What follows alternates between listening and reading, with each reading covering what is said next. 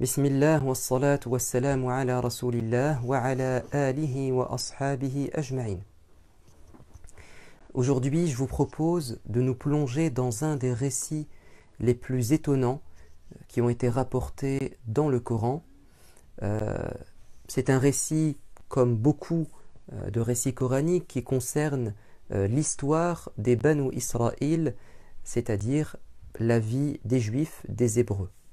On ne sait pas exactement situé dans le temps cet épisode, même si certains historiens ou exégèses supposent que ça s'est passé durant l'âge d'or des Juifs, durant l'époque ou l'époque qui a suivi le règne de David et Salomon. En tout cas, la période est peu importante puisqu'elle n'est pas précisée. En revanche, l'événement est d'une très grande importance. Dieu nous dit dans la sourate numéro 7, la sourate Al-A'raf, وَاسْأَلْهُمْ عَنِ الْقَرْيَةِ الَّتِي كَانَتْ حَاضِرَةَ الْبَحْرِ. Et interroge-les au sujet de cette ville qui était située en bord de mer. On a affaire à une ville côtière. إِذْ يَعْدُونَ فِي السَّبْتِ. Lorsque une partie des habitants ont transgressé l'interdiction, les règles du samedi, c'est-à-dire le Shabbat. Sachez que les Juifs ont un certain comportement à adopter durant le samedi, différent de celui de la semaine. On peut parler du jour de Seigneur pour eux, dans lequel ils doivent observer un repos, ne pas exercer d'activité professionnelle, et voire même plus, s'adonner à l'adoration de Dieu. Cependant, Dieu les a mis à l'épreuve. L'épreuve de l'argent, l'épreuve de l'appât du gain. C'était des gens qui vivaient essentiellement de commerce maritime, de pêche. En dehors du samedi, du dimanche au vendredi, les poissons étaient très difficiles à pêcher. Il fallait voyager, parcourir des kilomètres pour espérer attraper quelques poissons. En revanche, étrangement, le samedi, les bancs de poissons affluaient par milliers et ils venaient au bord de la plage. On pouvait les attraper facilement, sauf que c'était interdit d'après leur religion. Les matérialistes, avides d'argent de l'époque, incapables de se contrôler, de mettre Dieu au-dessus de leur passion, de leur désir, incapables de comprendre que c'est Dieu qui donne et qui reprend, et que Dieu nous éprouve, ont fini par transgresser cette interdiction, mais d'une manière très vicieuse. Ils ont contourné la loi en posant les filets de pêche la veille au soir, le vendredi, et en les récupérant le dimanche matin. En apparence, ils n'ont pas travaillé le samedi, mais en réalité, c'est comme s'ils avaient travaillé. C'est-à-dire que le samedi, leur esprit était dans l'appât du gain et non pas dans l'adoration de Dieu. Face à cela, il y a eu deux réactions dans la société, parce qu'on a failli par comprendre ce que ces gens faisaient.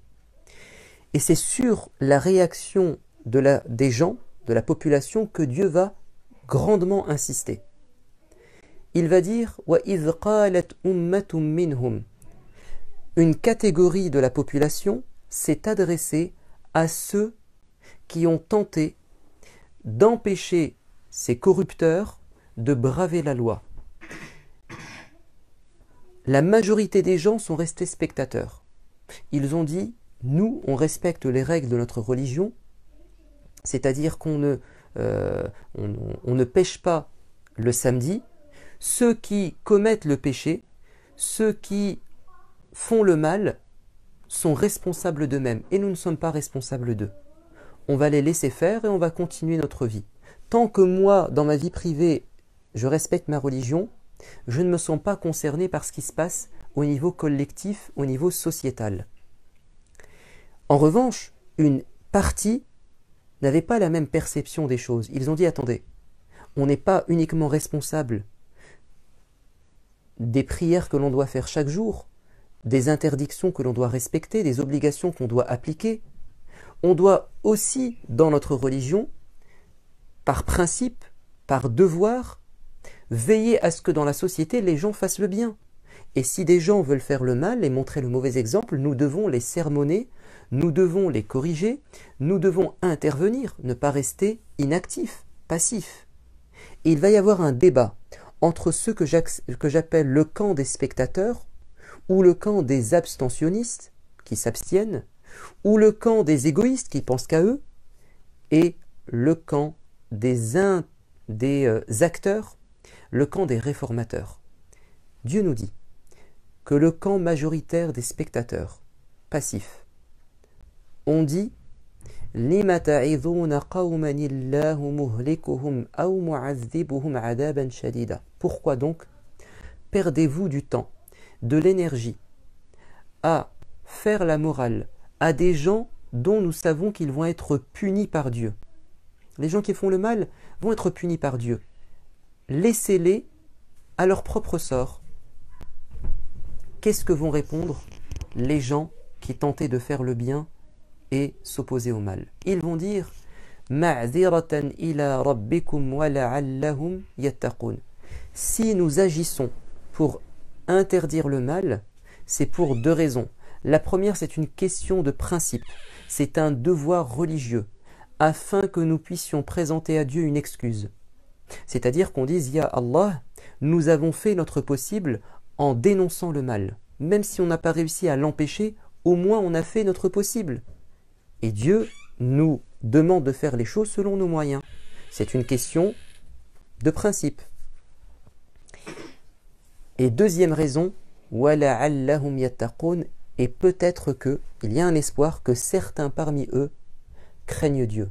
C'est-à-dire, nous le faisons par principe, mais aussi parce que dans la réalité, il se peut que des gens comprennent, que des gens se réforment, que des gens se corrigent, que des gens reviennent dans le droit chemin. Pourquoi est-ce que vous les condamnez?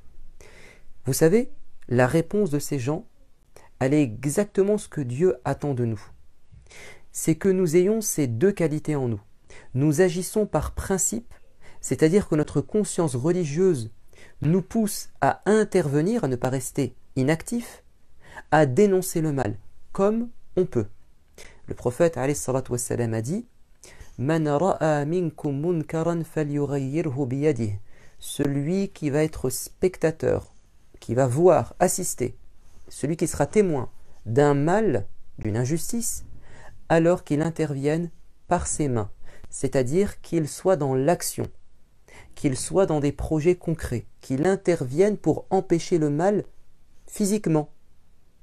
Mais s'il ne peut pas, qu'il le fasse avec la langue. Si je ne peux pas, je n'ai pas les moyens, je n'ai pas les capacités, les compétences, l'opportunité d'intervenir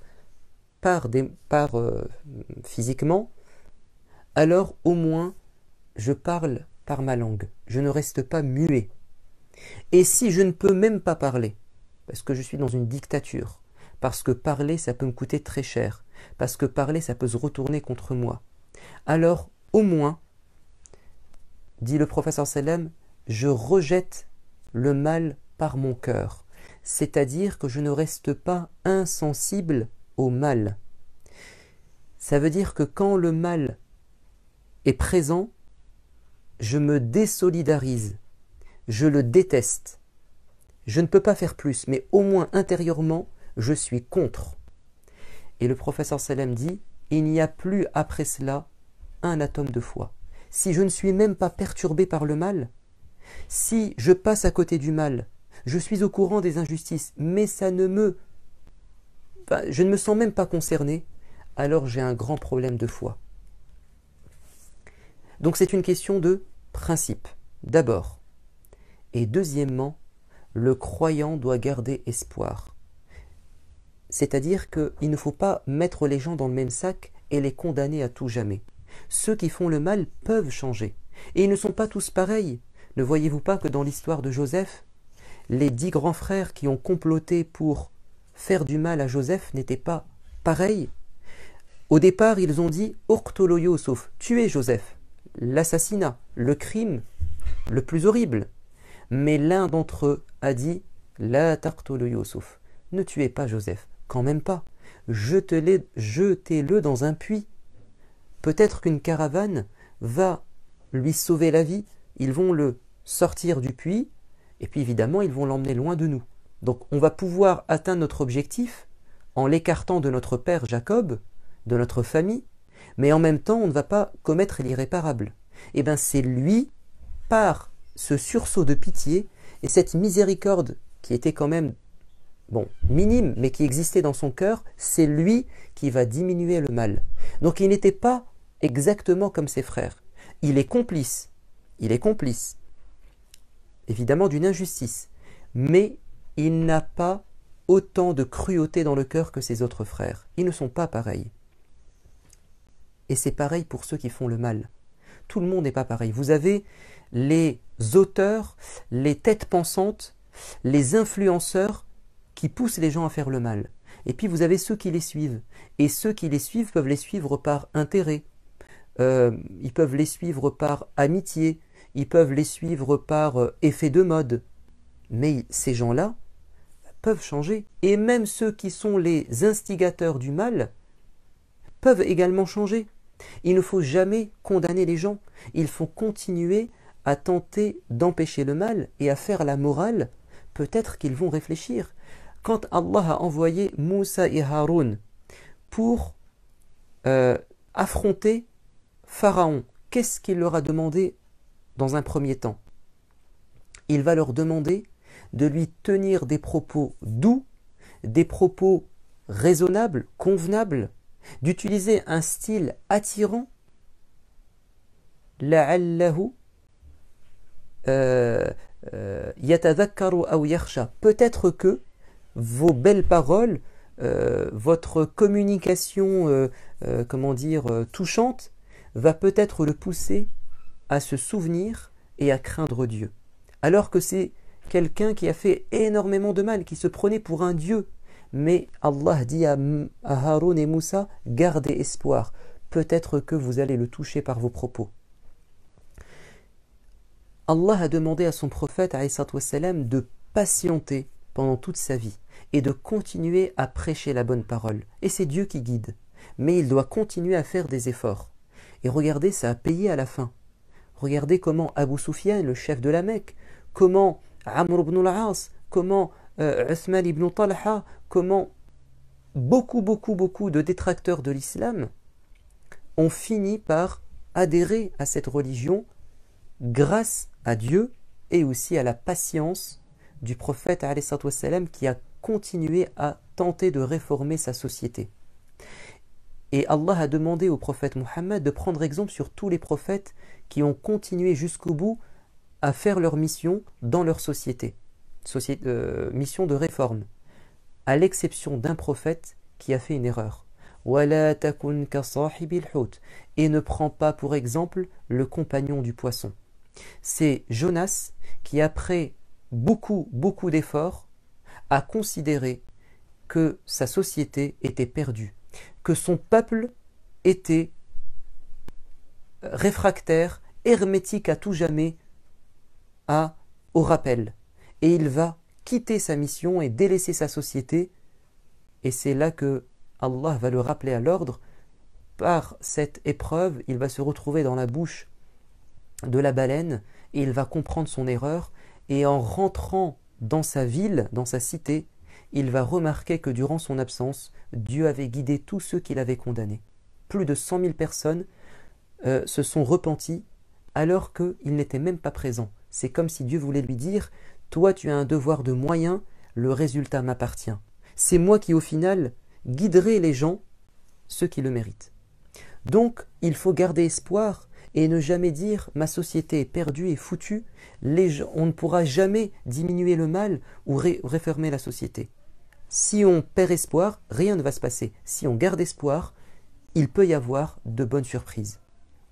Cet échange entre les spectateurs et les acteurs, entre ceux qui sont pessimistes et ceux qui sont optimistes, c'est ce qui se reproduit même de nos jours. De nos jours, nous sommes dans une société où il y a beaucoup de choses à réformer. Vous avez des gens qui disent ça ne sert à rien. Ils sont tous pourris, ils sont tous pareils. On ne pourra rien faire. Puis vous avez des gens qui disent non, faisons notre possible. Nous avons un devoir de moyens et gardons espoir. Comment se termine l'histoire des gens du samedi? Allah va nous dire: nous avons sauvé ceux qui ont dénoncé le mal. Nous avons sauvé ceux qui avaient dénoncé le mal. C'est le groupe qui a gagné, qui a accompli sa mission et qui est vanté par Dieu. Ce sont nos modèles. Et nous avons puni d'un châtiment terrible ceux qui faisaient le mal. Ils ont été transformés en singes, répugnants, nous dit le Coran. Quant à la catégorie majoritaire de ceux qui étaient spectateurs égoïstes, pessimistes, nous ne savons pas ce qu'il est advenu d'eux. Dieu n'a pas parlé de leur sort. Et les exégèses ont essayé d'expliquer pourquoi Dieu s'est tu sur leur sort. Certains disent parce que c'est Allah qui les jugera le jour de la résurrection. Est-ce qu'ils étaient complices du mal? Est-ce qu'ils avaient une excuse valable? Est-ce que le fait d'avoir délaissé cette obligation collective, ce devoir de réforme, est-ce que ça sera supérieur au bien qu'ils ont fait ou inférieur au bien qu'ils ont fait? C'est-à-dire qu'on va peser le bien et le mal dans la balance. Est-ce que le fait d'avoir abandonné ce devoir, c'est ça qui va faire qu'ils vont être punis? Ou bien est-ce qu'ils ont fait tellement de bien que ça va l'emporter? En fait, peut-être que Dieu s'est tu pour dire « c'est moi qui vais décider de leur jugement ». Mais évidemment qu'ils ne sont pas des exemples. Les vrais modèles dont Dieu a parlé, ce sont ceux qui se sont engagés, qui ont dénoncé le mal. Certains disent si Dieu n'a pas parlé d'eux, c'est parce qu'ils ne méritent pas qu'on parle d'eux, car ils n'ont pas été actifs dans leur société. Ils ont vécu pour eux-mêmes. Ils n'ont pas fait l'histoire, donc ils ne méritent pas d'être mis comme exemple, érigés comme modèle dans le livre par excellence de l'histoire qui est le Coran, puisque le Coran parle de l'histoire.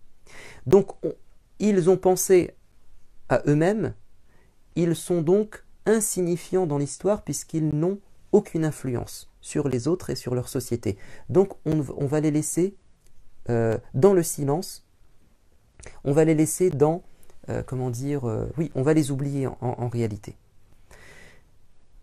Pourquoi est-ce que je vous parle de ça aujourd'hui? Parce que malheureusement,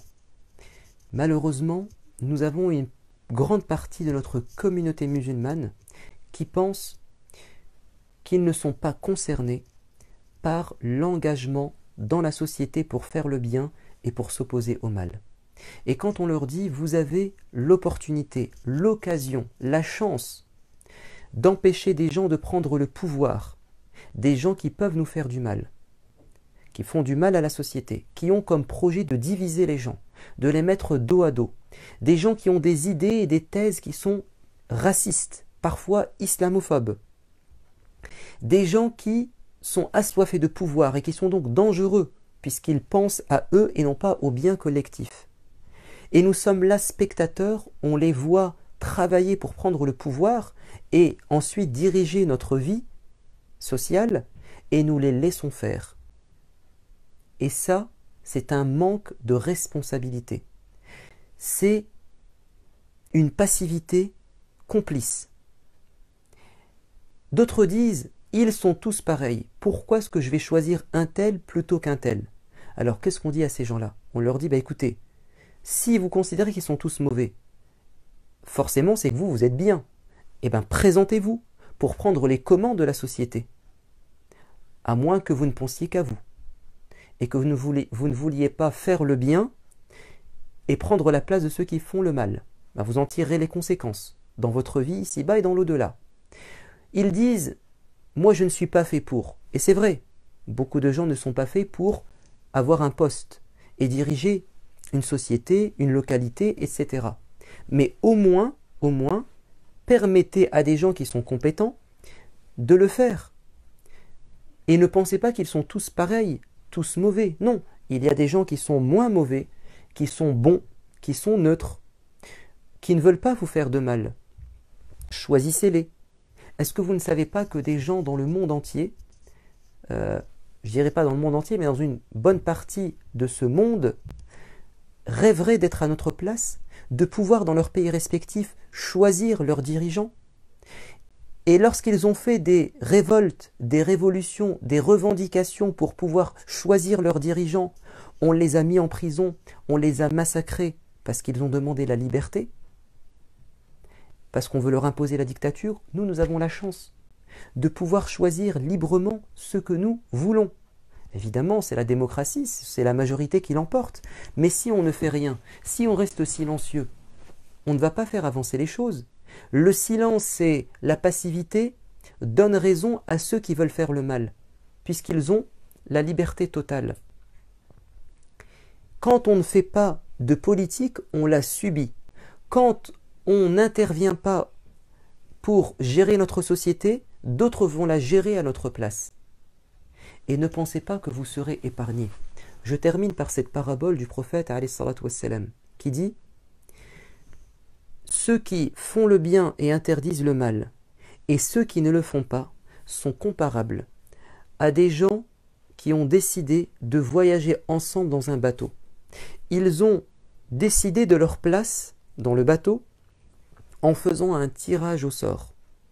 Certains se sont retrouvés sur le pont, en haut, la belle vie, et d'autres sont retrouvés en bas dans les cales. Ceux qui sont en bas doivent monter sur le pont pour sortir de l'eau, redescendre ensuite de là où ils viennent. Et ces allers-retours dérangent ceux qui sont en haut. Et à un moment donné, ceux qui sont en bas vont se réunir pour trouver une solution de facilité, en disant: on n'est pas les bienvenus en haut, et puis ça demande des efforts. Nous allons percer la coque du bateau pour que l'eau rentre facilement. Le prophète dit alayhi salatu wassalam: si personne ne les empêche de percer le bateau, tout le monde va couler. Et si on les empêche, tout le monde sera sauvé. Qu'est-ce que ça veut dire? Ce bateau, c'est une parabole de la société. Nous sommes tous embarqués dans la même société, dans le même bateau. Certains sont en haut, ils ont les places privilégiées. Ce sont ceux qui commandent et qui prennent le gouvernail. Ce sont ceux qui nous emmènent dans un endroit qu'on ne décide pas, forcément. Nous sommes en bas. Si on refuse de monter en haut et de faire des efforts, parce qu'on se dit on n'y arrivera jamais, ou c'est trop d'efforts, ou bien on n'est pas les bienvenus, et on décide de rester en bas, peut-être que le bateau va couler. Et on va tous couler en même temps. En revanche, si nous sommes tous vigilants et nous sommes tous sur nos gardes, et si quelqu'un veut percer le bateau, on intervient pour l'empêcher, on sera tous sauvés. C'est comme un feu qui se déclare dans une maison voisine. Si vous ne faites rien en disant « chez moi il n'y a pas de feu, tout va bien se passer », on pourrait être surpris par ce feu qui va ravager notre maison, comme la drogue. Il y a de la drogue dans un endroit de notre quartier. Et on se dit, moi j'ai bien éduqué mes enfants, ils ne seront pas touchés par la drogue. Qui te garantit cela? Peut-être que, à un moment donné, tes enfants seront touchés par ce fléau de la drogue. Peut-être que tes petits-enfants vont être touchés par ce fléau de la drogue. C'est vrai pour tous les problèmes à l'échelle de la société. Si nous ne faisons rien pour empêcher des gens de percer le bateau, et je vous assure qu'il y a des gens qui sont en train de percer le bateau dans notre société, dans le domaine social, dans le domaine politique, dans le domaine économique, dans le domaine des idées, dans beaucoup de domaines. Si on ne les empêche pas de percer le bateau, on est peut-être sur le Titanic qui va bientôt s'écraser sur un iceberg. Et si nous sommes engagés et qu'on fait des efforts, on est peut-être sur l'arche de Noé qui réussira à traverser toutes les tempêtes. C'est à nous de décider. C'est à nous de prendre notre destin en main. Il est hors de question de laisser des gens diriger le bateau et nous emmener vers un mur, et nous on est là et on pense à nous. C'est un manque de responsabilité, c'est une inconscience, une naïveté dangereuse. On doit être engagé, on doit saisir toute opportunité pour choisir de bonnes personnes et empêcher les gens mauvais de faire du tort à notre société. Vous aurez compris que c'est une invitation à s'engager politiquement et notamment à voter, parce que le vote permet de choisir de bonnes personnes ou tout au moins d'empêcher de mauvaises personnes d'arriver au pouvoir et de faire du mal. Je vous dis à bientôt. Wassalamu alaikum wa rahmatullah. Et je vous dis à la semaine prochaine.